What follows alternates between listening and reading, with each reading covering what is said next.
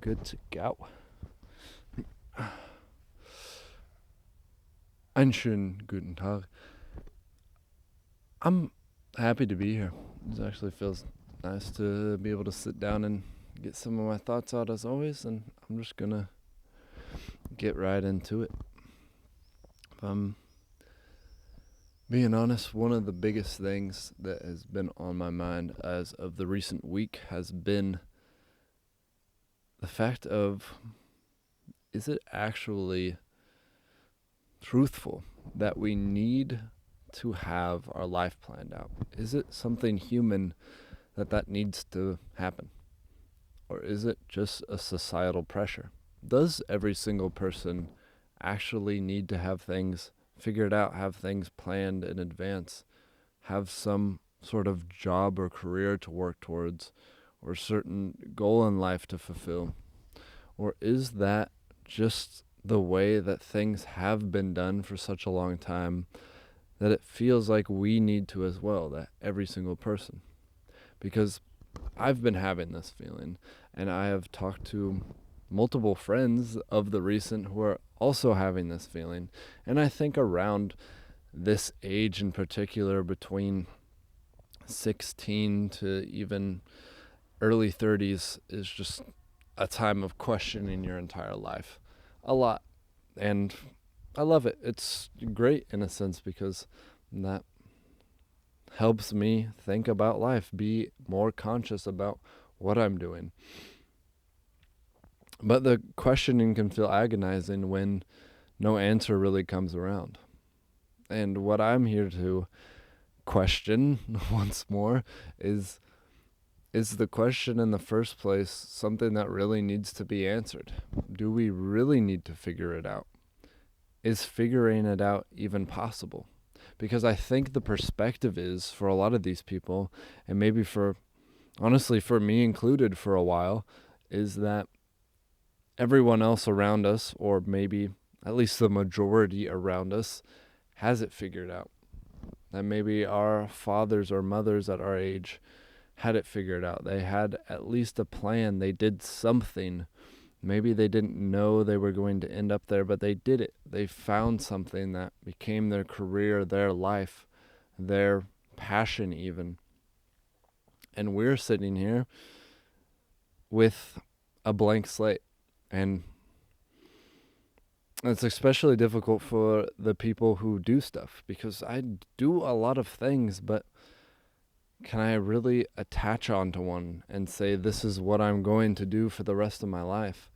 That's something that I kind of back away from. And if you're in this state of questioning, of not knowing where to go, I raise you, maybe you don't need to at all.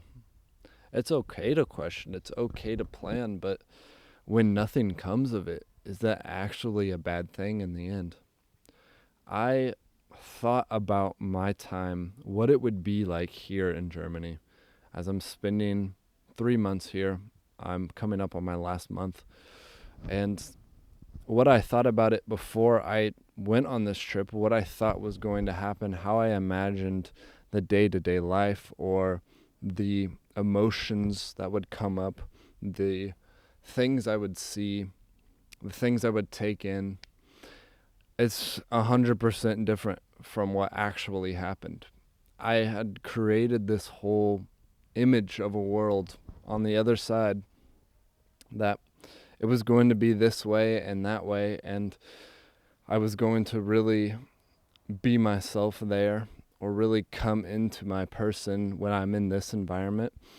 And it was absolutely almost the opposite in the majority of cases. Some things were, of course, expected and did happen, but the majority of what I expected to happen or hoped would happen, or just really thought that's how it was for myself, didn't end up being the case. I am coming to the terms that the life that I thought I wanted to live might not be how I want to live at all. And I'm re-questioning how I'm going to move forward in the future, in the short term even, as well as the long term. And I could sit here and think, man, it didn't turn out at all how I hoped.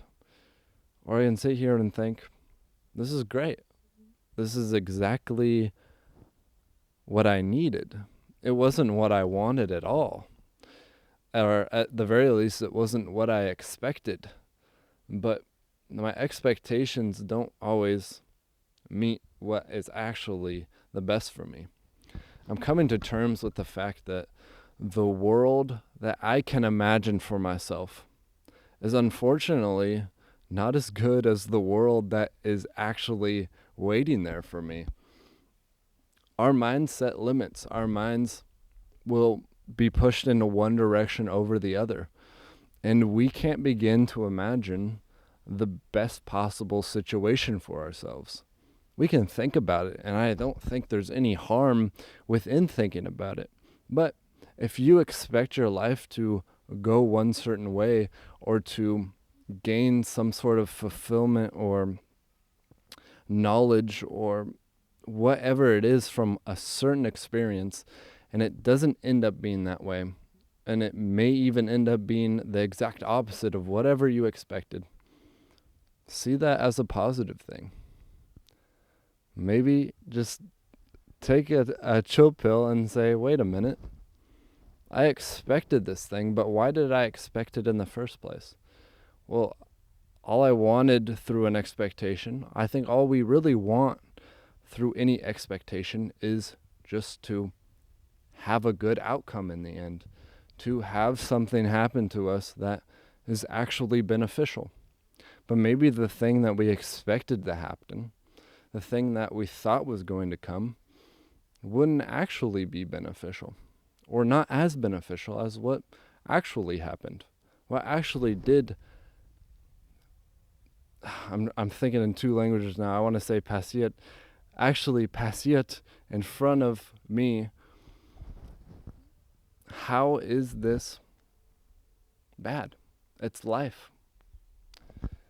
Is it going to harm me? No, there are bad things that happen, of course, but I do believe that even when a bad event happens and things get tough, you can still take more positive out of it if you try to.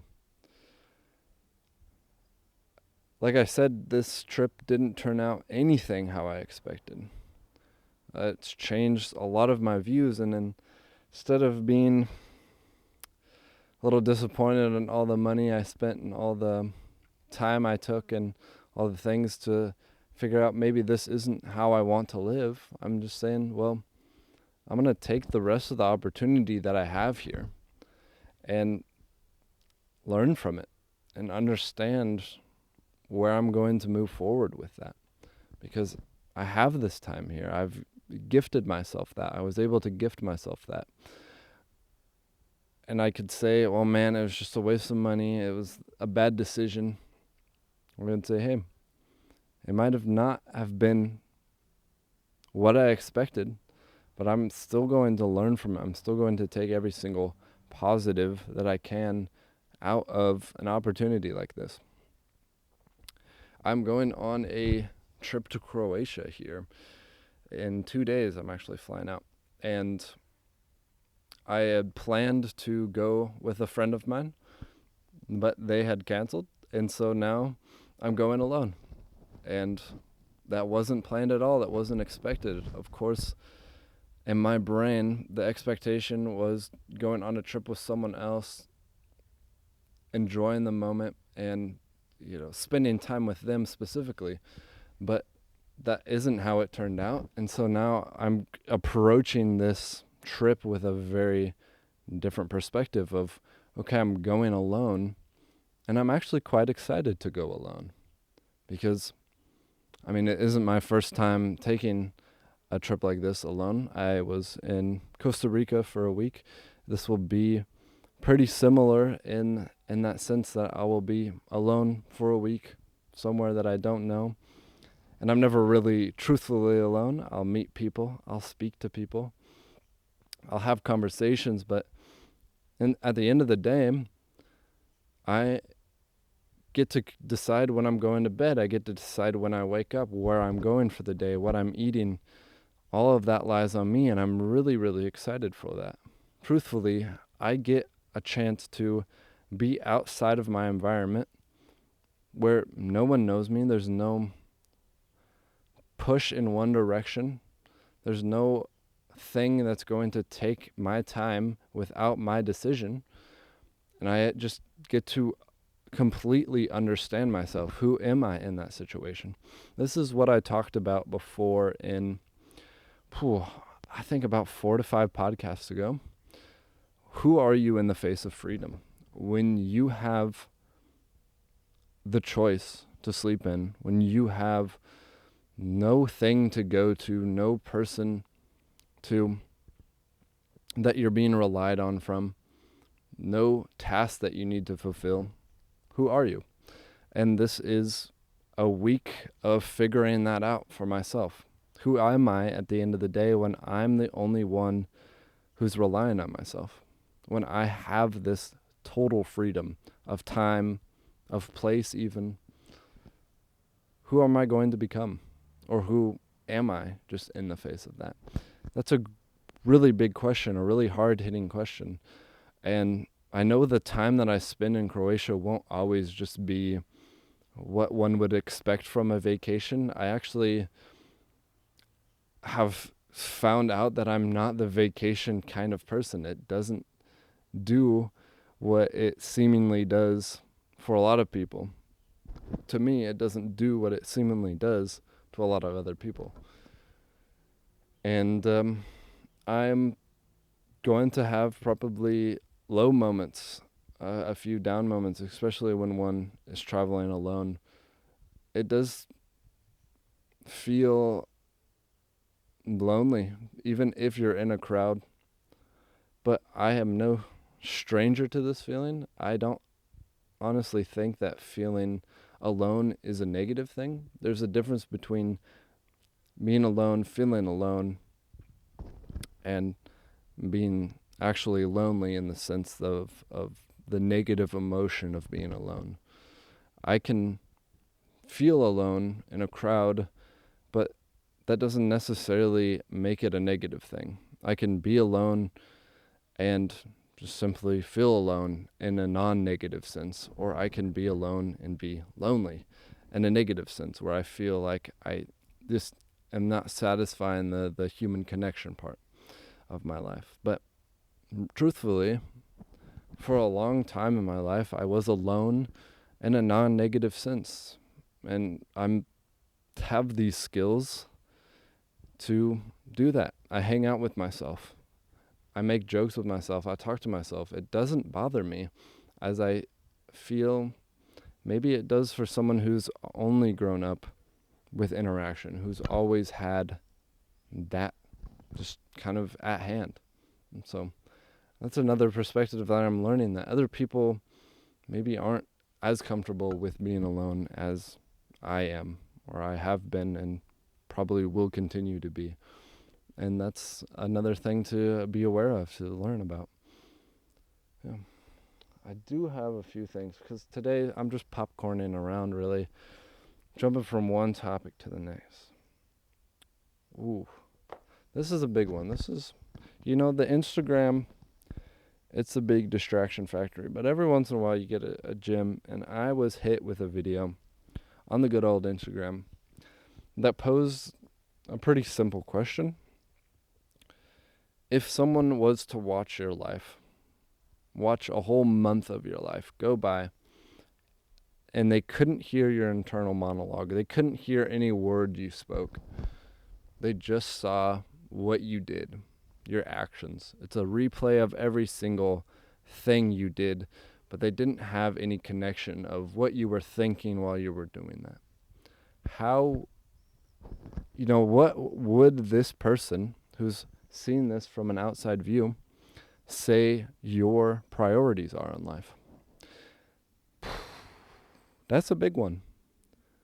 And the whole point of this video was trying to get across that we focus so much on our intentions, what we think we want to do. Oh, I should wake up at this time. I should call my mom I should do this, I should do that. And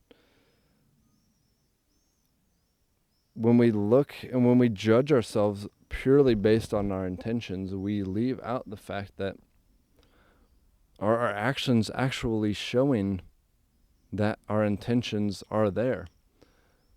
Because if you didn't have those, if you only had the thought of an intention and no action to react to it, someone from the outside isn't going to be able to know that you had that intention. If you only thought about something and you don't do it, then someone from the outside cannot know you thought about that. And so why would we judge ourselves for something that we just thought about and we didn't do? And this can be played both ways. Maybe you have a thought that just pops up. So something that's very spontaneous that might be a negative thought, but you didn't act upon it. That's great. But are you going to judge yourself for having that thought? For having, I wouldn't necessarily call it an intention all of the time, but having just a negative thought pop up in your head that you didn't act upon, but are you going to sit there and judge yourself for it? On the other side, are you going to boost yourself up just because you intended to do something positive, but you never actually did it? Well, how strong is the connection from your positive intentions to your positive actions? Are all of the things that you intend to do actually showing up through your actions? Can someone actually see that? That's a big question. For me, I think I'm well on the way. I think more than not. Definitely more than not, which is great. And I'm moving into this new phase of life, really. But I have to throw the question back to you, the viewer. How do you feel? If you were charged with this question, how would you answer? Is it more than not? Or is it way too little? How would they describe your priorities? Yeah. That's just an interesting little thought experiment pattern. None of those. It's just a question. I don't gotta make it complicated. It's just a question. Ooh. And this next one. I was talking with my host dad a while ago and just kind of bringing up things about getting back into routines and doing this and doing that, why I'm prioritizing the things in my life.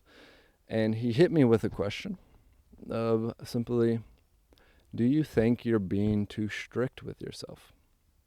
Now, this is a question that I have gotten before. It's not my first rodeo, but the way I approached answering this question, I took pretty cautiously. And I definitely took a different direction this time going into it, because how I answered this question, of course, affected his view of who I am as a person and how I see my relationship with myself. So I kind of tiptoed around, and then I found a great entry point. And this helps me understand what I don't find that I'm being strict with myself. When I think about all the things I do and the consistency that I expect from myself, I do not think of it in terms of strictness. Now, take a person who's, maybe they've got a grandmother, and they're taking care of this grandmother. She's older, getting to the later years in life, and so she needs to be taken care of. And he's going to wake up at early in the morning every single day to make sure that she can eat a good breakfast, make sure she gets cleaned up, have a conversation. Now, would you say this person is being strict? I wouldn't necessarily call it strict at all. When I think of a person in that situation who shows up every single day to help someone out, I think of them as heroic. That's the first thing that pops into my mind. And in the same way, I see the relationship with myself in that. The fact that I wake up so early, the fact that I make myself go to bed on time, the fact that I make sure I make my meals and go get ready and do my exercises isn't me being strict with myself. In my view, at least, it's me being heroic, me showing up. But a lot of people don't connect that same way because they see helping others as different from helping themselves, which I do not understand. Truthfully, I see my view of myself is a relationship between two people, two forms at the very least, that are operating within me. And I have the choice to either make that a great relationship within myself by doing the things that are beneficial for me, showing up for myself. And that requires hard work, that requires uncomfortable situations. But I don't see that as being strict or being hard on myself or pushing my limits. I see that as showing up and being heroic, being the helping hand that I would want to see in the world. Because if I'm not doing that for myself, I have less of a chance to help other people. I have less of a chance to give that out. Again, it's if I'm not filling up my own glass, I'm not able to give it out because I'm going to have an empty source at one point. So I have to show up for myself. I have to be heroic in my own eyes. And in that sense, it helps me be really heroic in other people's eyes. Hopefully, you can only hope. But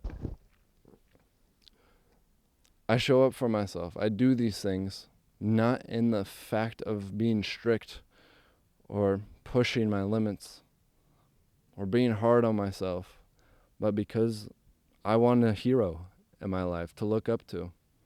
And if I look in the mirror and I see that guy, that's the best feeling that I can give myself.